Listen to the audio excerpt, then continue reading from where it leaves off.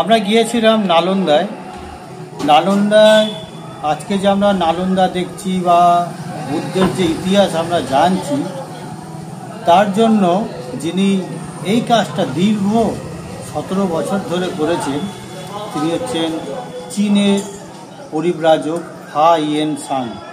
তিনি 17 বছর ভারতবর্ষে ছিলেন এবং এই ভারতবর্ষ 17 বছর থাকাকালীন তিনি পায়ে হেঁটে প্রত্যেকটা রাজ্যে গিয়েছেন এবং লোক সংস্কৃতি দেখেছেন, তাদের সাথে মিশেছেন, কথা বলেছেন, ভারতের সংস্কৃতিকে একেবারে গুলে খেয়েছেন।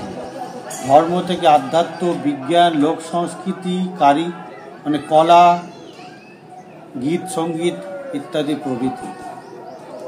তো ফা ইয়েন সাংয়ের আমি সম্বন্ধে পড়াশোনা করতে করতে তিনি যেটা দেখলাম, তিনি যেটা একটা মস্ত বড় একটা বিজ্ঞান তিনি আবিষ্কার করে এখান থেকে নিয়ে গিয়েছেন, সেটা হচ্ছে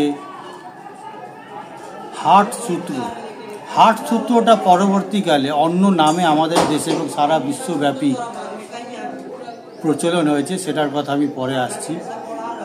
তিনি এখান থেকে নিয়ে গিয়েছেন হার্ট সূত্র। এই হার্ট সূত্রকে তিনি আবিষ্কার করতে তিনি দেখেছেন যে এখানকার যে লোকেরা যে প্রকৃতির নিয়ম মেনেই তারা চলে, যে কারণে শীত, গ্রীষ্ম, বর্ষা বিভিন্ন ঋতুতে তারা কিন্তু কখনোই কোনো সেরকম কষ্ট পাননি। তারা কোনো এই ঋতু ভেদে শীত, গ্রীষ্ম, বর্ষা তারা কিন্তু এই ঋতুকে মানে গালাগালি দেয়নি। আমাদের এখানে যেরকম প্রচলন রয়েছে যে বর্ষা হলেই প্যাচপ্যাচে মানুষ প্রীতি বিরক্ত, একটু গরম হলে লোকের প্রীতি বিরক্ত, শীত হলে লোকের প্রীতি বিরক্ত, মানে মানুষ একেবারেই খুশি না, মানে প্রকৃতি যাতে না থাকুক এটাই এখনকার দিনের মানুষ চাইছে। প্রকৃতিকে বাদ দিয়ে সে থাকতে চাইছে, যার জন্য তারা মানে আজকের মানুষ এসি, ফ্রিজ, টিভি, ইন্টারনেট, নানা ধরনের তারা মানে কি বলবো অ্যাক্সেসরিজ বা উপকরণ তারা আবিষ্কার করে নিয়েছে, যাতে প্রকৃতি থেকে বিচ্যুত হয়ে আমরা থাকতে পারি। প্রকৃতিকে আমরা একেবারেই পছন্দ করি না। তো ফা ইয়েন সাং যে জিনিসটা আবিষ্কার করেছেন, যেটা দেখছে মানুষ প্রকৃতিকে এতটা ভালোবাসে, প্রকৃতির নিয়মকে এতটা ভালোবাসে যে তারা এই প্রকৃতিকেই দেবতা, ঈশ্বর বলেই মনে করেন। এবং প্রকৃতির যে ঋতু, যে প্রকৃতির মানে পরিবর্তন, সমস্ত পরিবর্তনকে তারা অনায়াসে সরল মনে স্বাভাবিকভাবে তারা মেনে নিয়ে তারা বাস করছেন, যে কারণে সারা বছরই প্রায় একই ধরনের পোশাক এই দেশের মানুষরা পরে থাকেন। উনি দেখেছেন যে আমাদের এখানে শীতের পোশাক একরকম, গ্রীষ্মের পোশাক একরকম, গরমের পোশাক একরকম, বিভিন্ন ঋতুতে বিভিন্ন জায়গায় আমরা আলাদা আলাদা পোশাক পরি যাতে প্রকৃতির কোনো প্রভাব আমাদের দেহে না পড়ে। কিন্তু ফা ইয়েনের সময়কার যে ভারতবর্ষের কথা আমি বলছি, তখনকার দিনের মানুষরা কিন্তু প্রকৃতিকে নিয়েই, প্রকৃতির সাথে বসবাস বা সহবাস তারা করতেন, যে কারণে তাদের মধ্যে কোনো সুখ দুঃখ বা মানসিক অসুস্থতা বা তিতি বিরক্ত হওয়া বা অভিযোগ করা এই ব্যাপারগুলো একেবারেই ছিল না। এবং এই মানুষগুলো অত্যন্ত সহজ সরল হলেও তারা কিন্তু শারীরিক এবং মানসিক দিক থেকে অত্যন্ত শক্তিশালী এবং সক্ষম। তারা সাধারণ মানুষ হয়ে তারা কিন্তু অসাধারণ কাজগুলো তারা অনায়াসে করে দিতেন। তো ফা ইয়েন সাং এই হার্ট সূত্রটাকে এখান থেকে তিনি যখন নিজের দেশে গেলেন এই বিদ্যাটাকে সঙ্গে করে নিয়ে, সেখানে গিয়ে এই বিদ্যাটাকে তিনি আরও ডেভেলপ করলেন, যেটা পরবর্তীকালে আমরা জানছি যে রেইকি বিদ্যা বলে।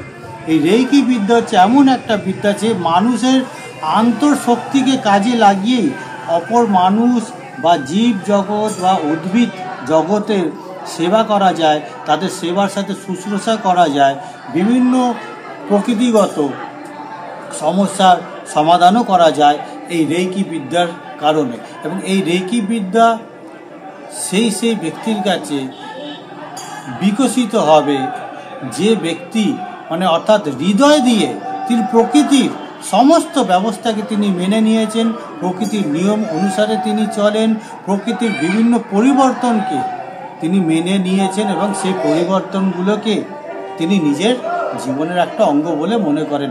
এটাই হচ্ছে রেইকি বিদ্যার মানে মূল যে বিদ্যা বলি, মানে শেখার ব্যাপার আছে, সেটাই হচ্ছে রেইকি বিদ্যার মূল বিদ্যা।